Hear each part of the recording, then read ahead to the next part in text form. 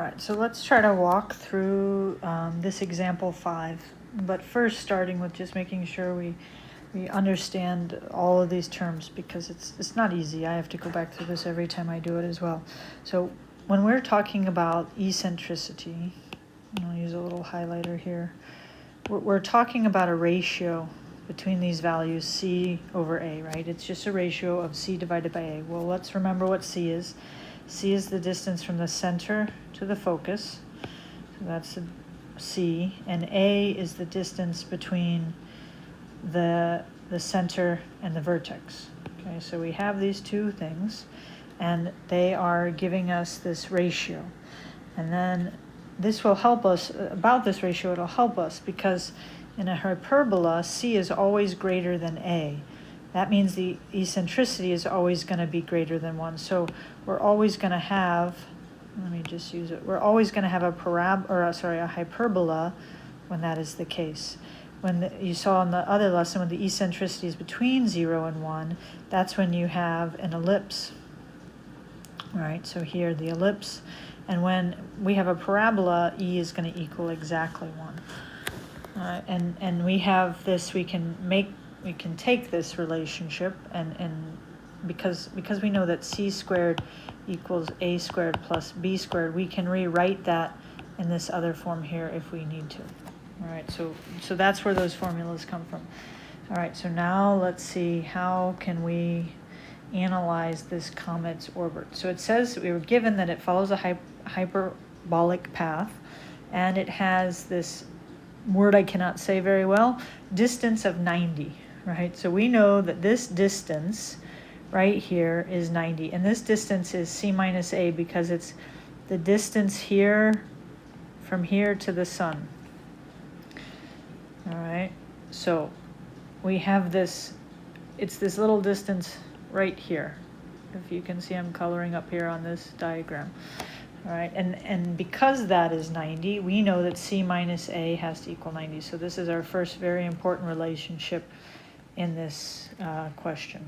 And again, c is the distance to the focus, and then we have a is the distance to the vertex, and so we have this overlapping distance here that's 90, and it gives us this relationship right here. All right, well, what else do we have in this equation? They're telling us that it's going to be centered at 0. Here the center is 0, 0, so we know we're using this formula. Now the rest of this jazz is, I can't believe they fit it in this little tiny solution. So let's look at where all of that comes from.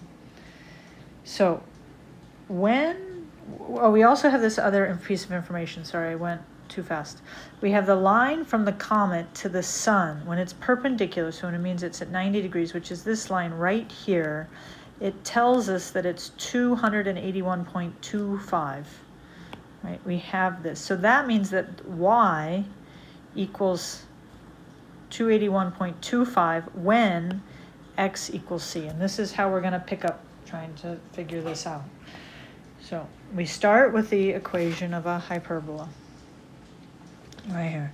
And we're going to go ahead and solve it for y squared because we have some information about y.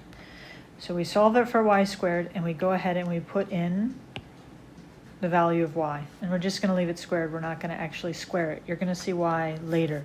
So I'm not going to square this value. I'm going to leave it like that. Now, I run into this problem. I have one equation right now with 1, b is an unknown, c is an unknown, a is an unknown. So I have 3 unknowns in one equation. But if somehow I can create 3 equations with 3 unknowns, then I'm going to be able to find all these values. And that's exactly what I'm going to see if I can do.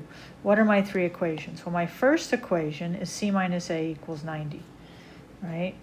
We saw earlier where we got that from. Our second equation is the one we were just working with, right? Our second equation is b squared times the quantity c squared divided by a squared minus 1 equals 281.25 squared.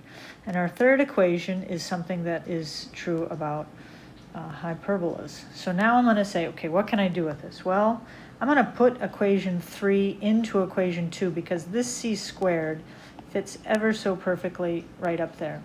And I'm going to have a squared plus b squared divided by a squared minus 1 right here. If I find a common denominator, right? I multiply this -1 by a squared divided by a squared.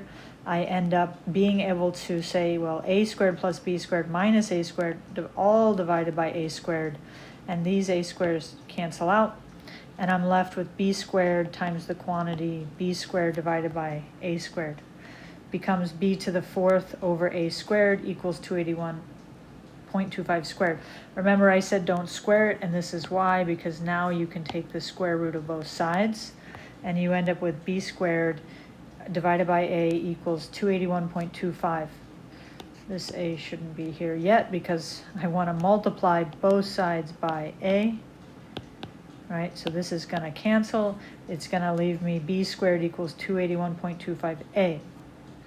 All right, well, this b squared can go in the other equation. And now I have just c's and a's.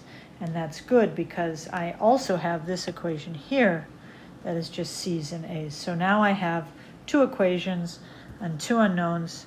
I'm going to go ahead and change this one, just rewriting it so that I have c equals 90 plus a. I'm going to take this and I'm going to put it into this equation. Then I have to go ahead and multiply out that binomial. I have 90 squared plus 180a plus a squared equals a squared plus 281.25a. I subtract a squared from both sides. I subtract 180a. I'm easily, I think you can see, easily able to find a. C comes next, and then b comes next. And since the question was asking us, we got to go all the way back up here to the question. It was asking us, well, find a, b, c, and e. E is easy now that we have the other values.